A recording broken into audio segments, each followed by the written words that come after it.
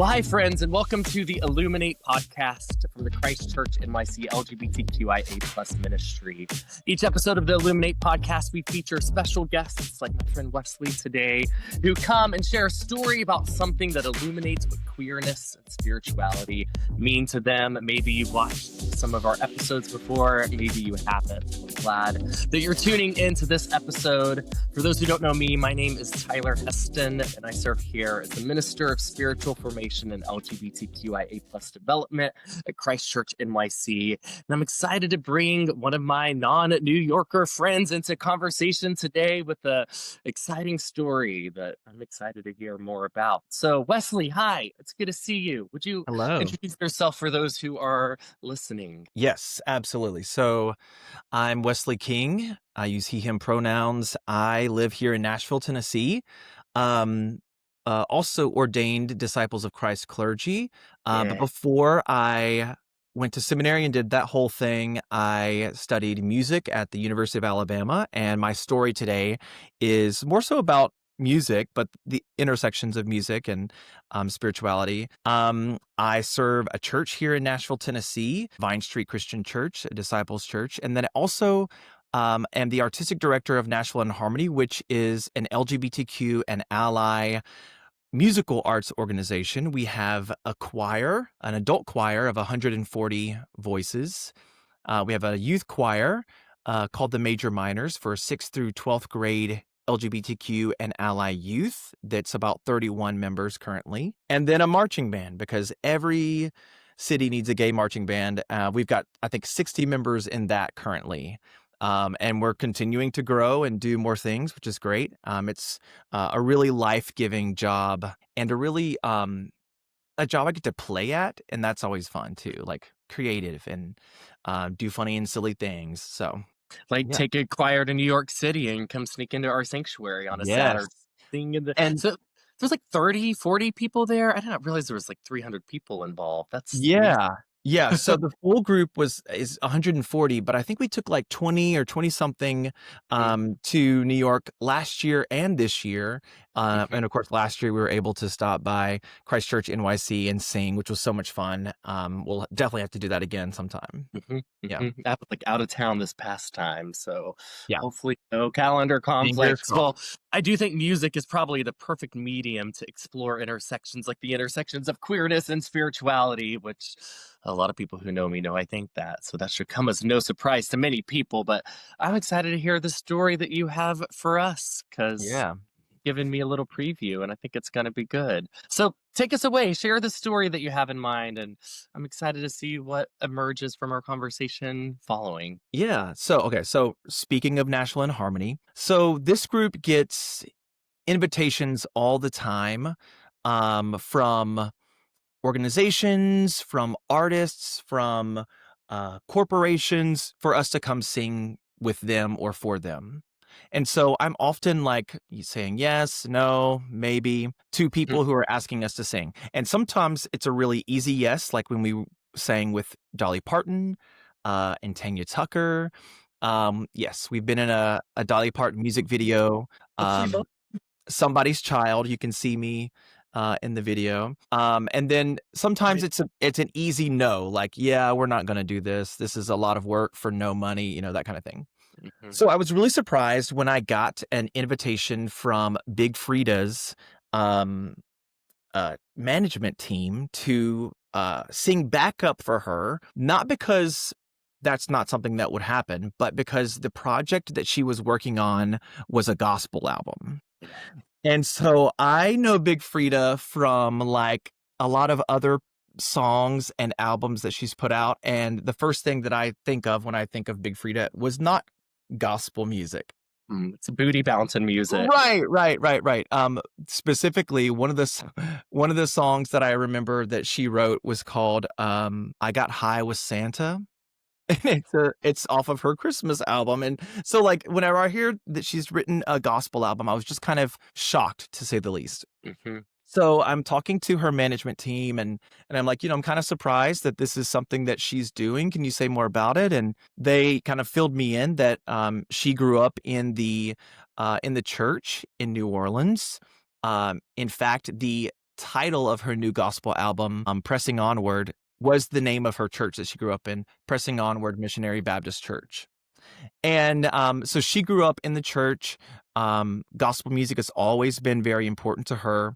And not only that, she also grew up doing choir. She grew up singing in choir, but also directing choirs. And in some of her videos, especially around this gospel album, you'll see her conducting some choirs. And so I was like, okay, well, send me the music and I'll listen to it, and then we can, go from there. And so they sent me a Dropbox and a threat to not share this with anybody. And so I listened to the music, and I mean, it is exactly what you would think, like dance, pop, bounce, hip hop music, R&B music, but with just gospel themes. And so it took me back a little bit. I was taken aback rather, because it just wasn't what I was expecting. And I felt like it was one of those moments where I was like, okay, I've really boxed this artist in. This is, thinking this is all she does. And so now I'm like, let me, not do that and open my mind and listen to what she's been working on. And I was like, it's actually kind of cool because I don't see many other artists who kind of do what she does, going back to like do a roots type thing. And for her, those roots include the church. And for folks who may not know Big Freedia is someone who actually probably doesn't prefer labels, but has also suggested gender fluid as a label if you have to use a label. She uses, whatever pronouns people address her by. She's mentioned in clips before that she often uses she, her, and people call her she, her, but then a lot of times her friends and family also will use, her real name rather than her stage name, and will call her he, him pronouns. And it doesn't bother her because she kind of lives in this kind of gender fluid space. And then more than that, like not only that, she, often will wear wigs and nails, but doesn't really tailor her body to necessarily look like a traditional feminine body. She kind of just mixes and mingles the different attributes and things that describe her and the ways that she expresses herself. So the fact that this person, and she's also a person of color, the fact that this person is doing a gospel album was just, it became kind of like beyond just a silly thought to like a really intriguing thought to me. So I listened to the songs and I was like, hey, we would love to do this. Just let me know what we need to do. And so several months go by as they are kind of pitching this idea to various festivals, concert venues, tours, etc. And we find out that Big Freedia is going to be one of the headliners, in addition to Kim Petras, for Nashville Pride. And Is so Kim I Petras was like, gonna do okay. gospel too? Because that would be amazing. If she did, I would try to have the same open mind because I was really yes. I can only imagine what it would sound like though. So Nashville Pride is going to have Big Freedia be one of the headliners, and so they reached out to us and said, "Hey, we know that you've been talking to her management team about this collaboration. Would y'all want to come and sing with her for the festival?" And we were like, "Of course." And so as I'm putting this together for Nashville in Harmony, for folks who don't know, is a secular organization. So we don't do any sacred music. And that is intentional because a lot of the folks in the group have been hurt by the church, especially as the fact that most of them are LGBTQ. And so we intentionally don't do sacred music. Now, we do have like small groups that will go maybe sing at this church or that church, or be involved in something that may, be a major work that includes some religious themes, but we just don't program religious music or sacred music in our main stage shows. So for this, I shared with folks that we're singing with Big Freedia, and it's a gospel album. So let me know if you're interested in doing this. And so, some people immediately were like, no, I'm out, because it's a gospel album. Some folks were like, sure, I'll do it, even if I'm not a religious person. And then we also had some specific people who are religious who were like, yeah, I want to do it because it's this gospel album, even though I don't know who Big Freedia is. And those folks were probably the most surprised whenever they got to hear what the album sounded like. And so we have this rehearsal process, and it was just really cool because a lot of people responded to this album in ways that I didn't expect. I really expected for a lot of them for this just to be a gig. This is just a way that we're going to do something cool, make a little bit of money for the organization, and be able to perform on the main stage. But a lot of the folks were like, I found myself like having bodily reactions to this music, whether it's like clapping, raising my hands, shouting, saying amen to the words that she was saying. And a lot of them mentioned that these are things that they've not done in years, and this is music that they've not really listened to on purpose in years. And I just thought that was so cool, not because it's a gospel album, but because, again, the same way that I put Big Freedia in a box, I feel like these folks have maybe put religion or gospel music in a box, and so they heard it in a new way.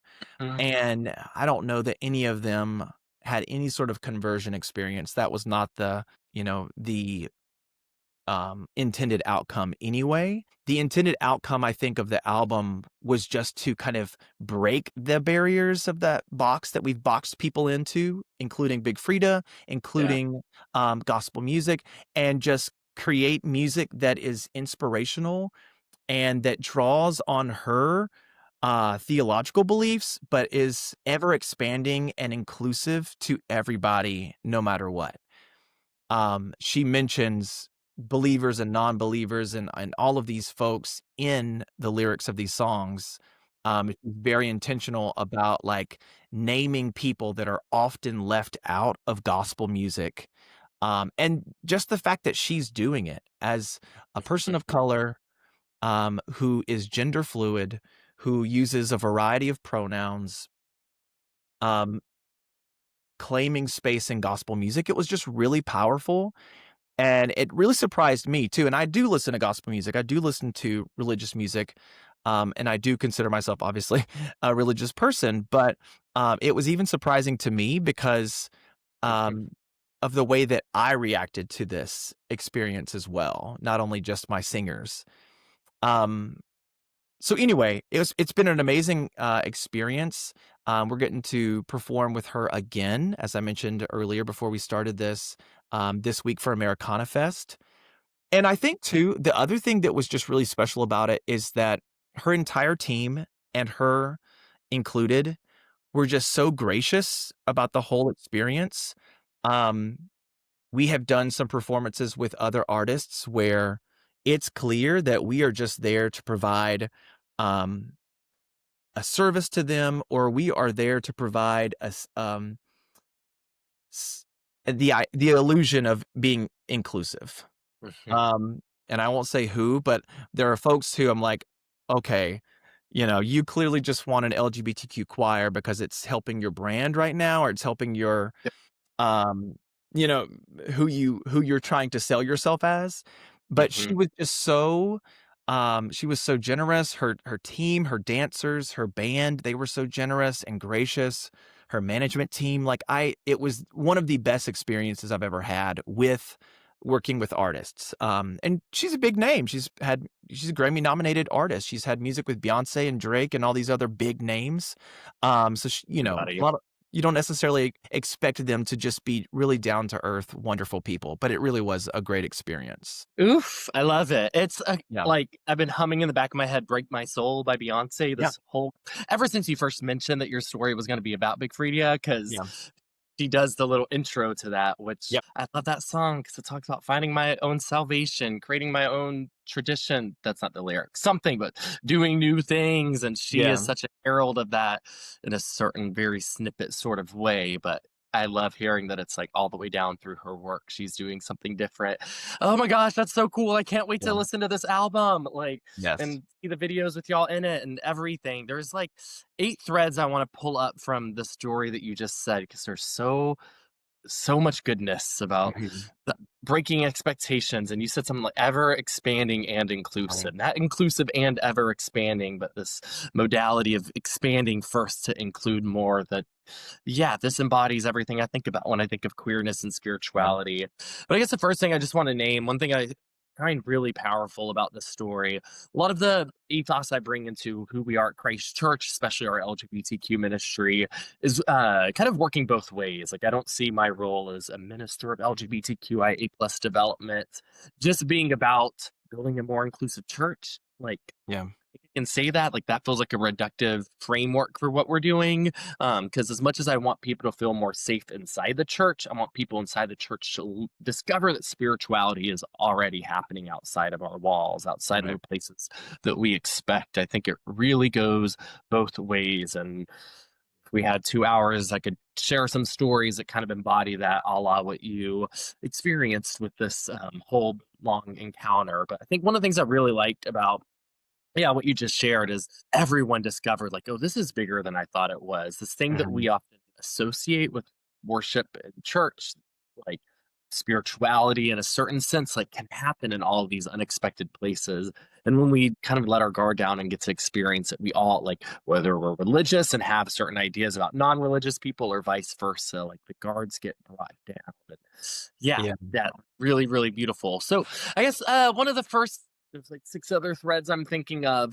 Um, so I'm gonna ask a question. I'm looking at the questions right now that I kind of have teed up for you because I share them with all of our podcast guests on the Illuminate podcast. I'm gonna combine the first two and ask them in a particular way. So one of the questions we ask everyone on this podcast, two of the questions, or Mhm. what does spirituality mean to you, and what does queerness mean to you? What I'm gonna ask right now with you, Wesley, is like through the lens of this experience from working with Big Freedia, like how does this like help you see spirituality and slash or queerness in a new way, or how would you associate the two?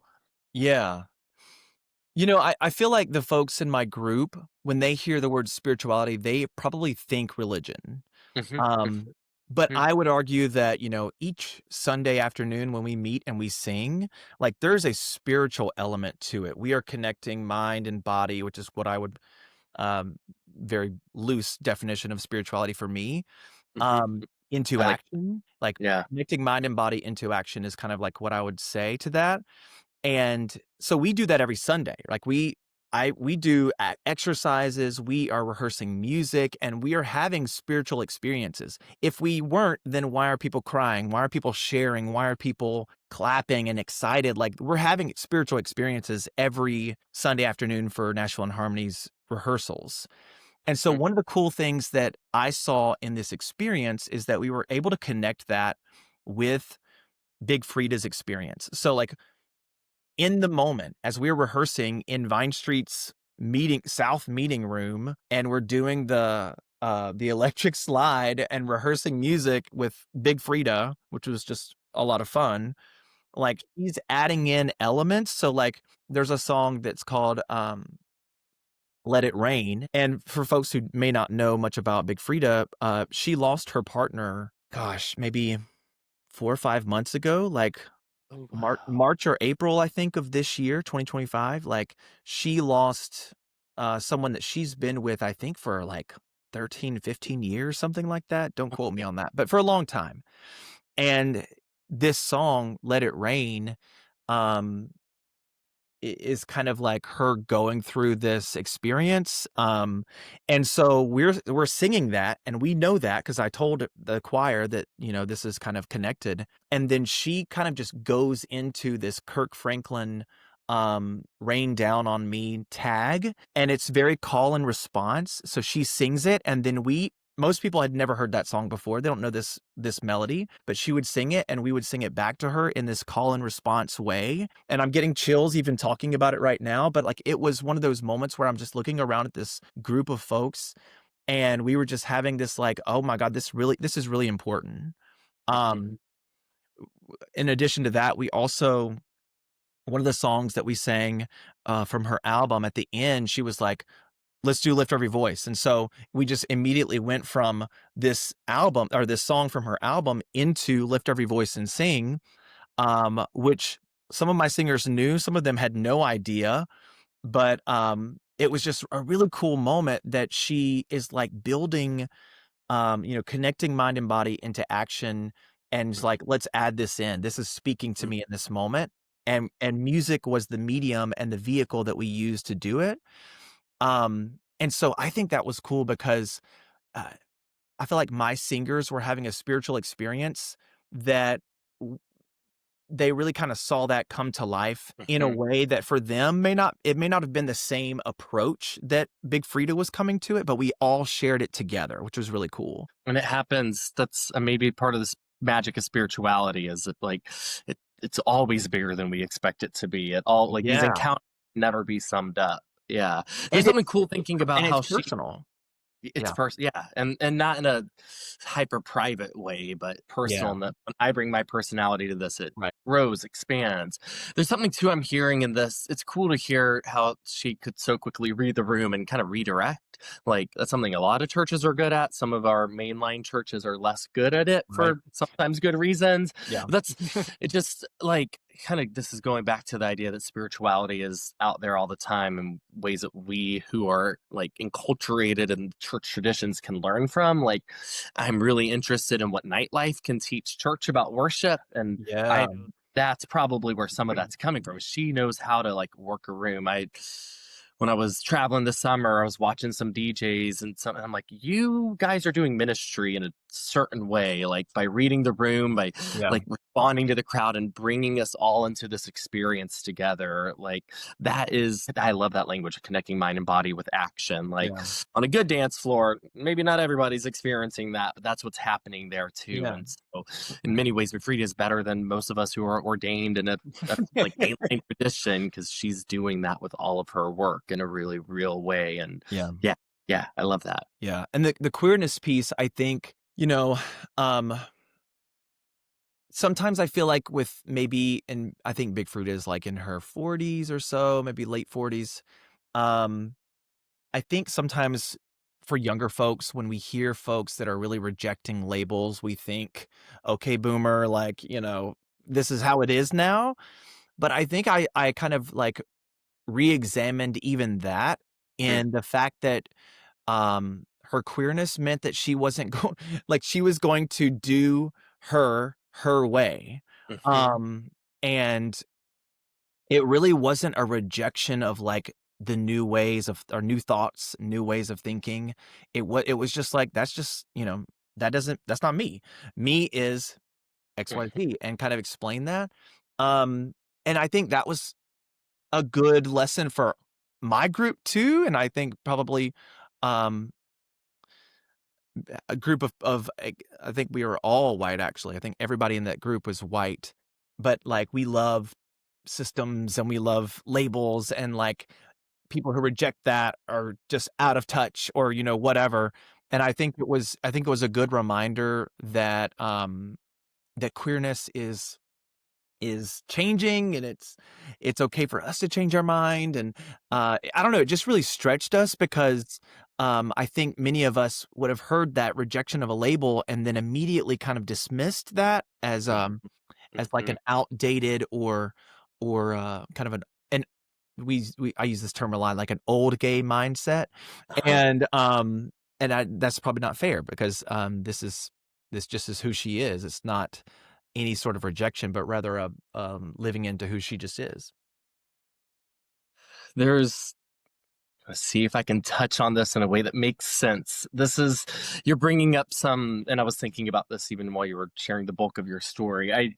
Some of the people here at Christ Church know I spent a lot of time last semester studying like the academic subdiscipline known as Black trans feminism, which Mhm. is not to say that every Black trans woman, this is how they think or anything like that, but in like Right. academic bubble, Marquise Bay is a scholar that I quoted a lot and preached about some of their work too. But I did like a survey on the field basically for a women and gender studies seminar paper. And one of the like two words that I use a lot, one small or one more colloquial word and one academic word that I use a lot, kind of describe that. And one was like fluidity. It talked a lot about fluidity, and fluidity, and that is this like hyper fluidity that has no forms or no labels or no anything, but like disposition of openness and saying what works now may not work elsewhere. Like I hear that in there, but the other bigger word that I'm going to bring up is the word para-ontology. So if ontology is how we understand how things are, like it's to be a para-ontology. Gosh, I'm a bad academic because I don't have a great definition for it, but it's this like, it's like a hybrid understanding of what it means to be, that there is no absolute being, there is no final, like there is no identity label that will capture us, there is no full way to be in the world. We're Yeah. always creating and recreating ourselves. That's one of the there's an artist named John Afro-Kama, who another scholar whose name I can't remember right now studied, but it's this contemporary artist who paints these huge pictures of the ocean. And this one scholar talked about how like a Black trans feminist's ontology is an oceanic ontology, this fluidity, this movement, and not like formlessness in a radical empty sense. Like Yeah. we're not rejecting the fact that we exist, but we can exist in these fluid and moving ways. And honestly, all the scholars I worked with then would probably call all of this transness and not queerness, and like the exact type of transness I think Big Freedia embodies. It's not like moving from one identity label to another, but really a deeper rethinking of what it means to exist in the first place.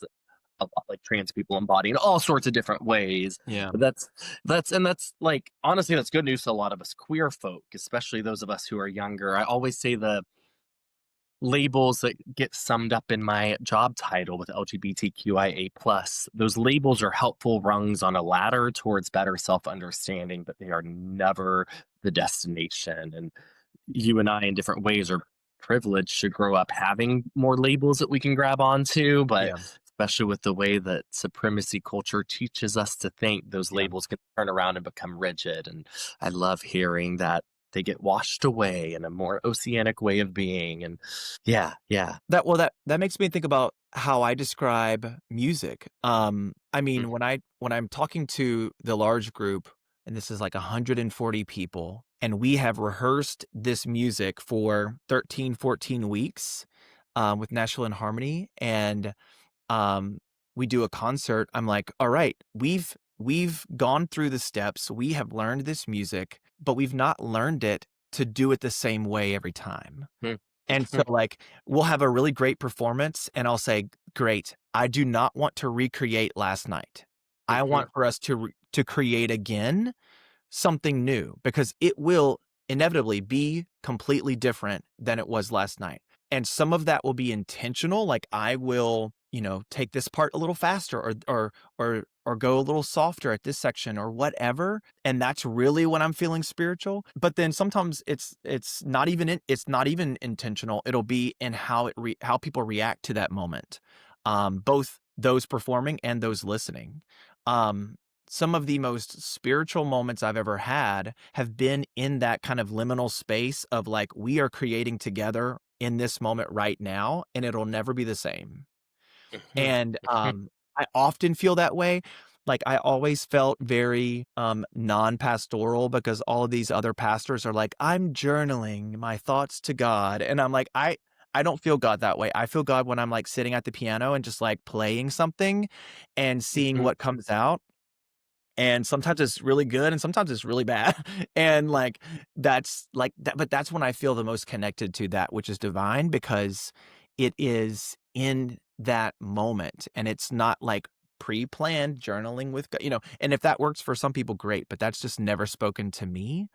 And all of that feels connected to this conversation about queerness and transness, because it is ever changing. And, yeah, like even in the music that we read, like the notated music, it's got things like, a specific tempo marking or all these things. But in the moment, things change, and it may feel like it's important to go slower here or whatever. And I'd rather do that than to, I don't know. I feel like that's more special. That's more meaningful than just doing it the way that we always do it. I mean, and the reality of it is everything that we're doing, period, is meeting the moment where it is and doing. There is like the only constant is change. Like, Right. in a really, like the physical sense, I would argue that what you mentioned about spirituality in that regard is like what the reality of the world that we live in is. That's the whole philosophical conversation. We don't have to roll down all the way. But one of the things I'm hearing, one of the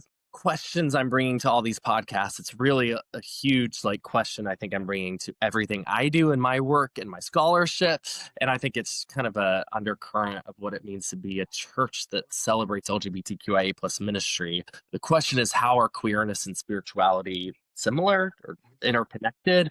One of the things I'm hearing is that, so I'm going to start using this, Wesley, so thank you, but connecting mind and body with action. It's exactly what we're doing in a lot of queer methodology, like queer ways of being in the world. Trans ways of being in the world are like, this is here, how can I move in a integrated or honest or authentic or expressive way, knowing that it may change throughout time, but that spirituality, that's also queerness. And you're helping me have better language for how it all connects. But as we get closer to the all too soon end of this conversation, I want to have this for like 45 more hours because this is really fun. And yeah, so many threads to pursue. But the other two questions that I've been asking all of our guests throughout these seasons of the Illuminate podcast, I'm going to combine again into a two-pronged question for you.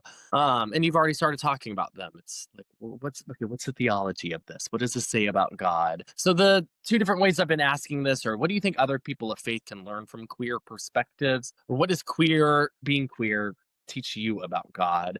So how am I asked that kind of more, like through all of this, like how does this affect the way that you think about God? And like, if you had to preach on this conversation that we've been having in this story, like, what do you think what theological wisdom, what advice, what inspiration can this be for other people? So what have you learned about God through this? And what do you hope Yeah. other people might learn about God through this musical merger of queerness and spirituality? Yeah. You know, Big Freedia's theology is not my theology. Hmm. Um, her language for God, her understanding of topics like salvation, atonement, all of these things are informed by her experience and her upbringing, um, and may not align with my own theology of those topics of God, of who God is, all these things. But I think one of the things that I learned from this experience is that, and you've kind of mentioned this already, like, I feel like for me, a lot of the reason why that theology is not mine is because I've rejected it, because that's some of the theology that I grew up with, and it was a part of my, um, it's part of what held me in kind of like a liberative mindset. However, if I just reject that and go to the other end of the spectrum or something like that, I'm not letting God move. I'm not letting who I think God is or who I believe God to be change. I've just like gone to the other end, and ultimately that's just another form of fundamentalism. It's just the opposite side.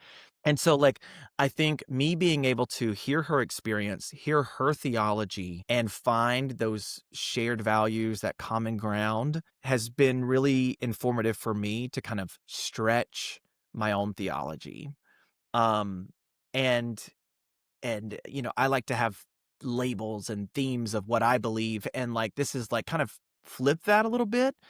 And I think that's something that we can learn. Like people's experiences, um, however different from your own, can still teach you about yourself, about them, and about who God is.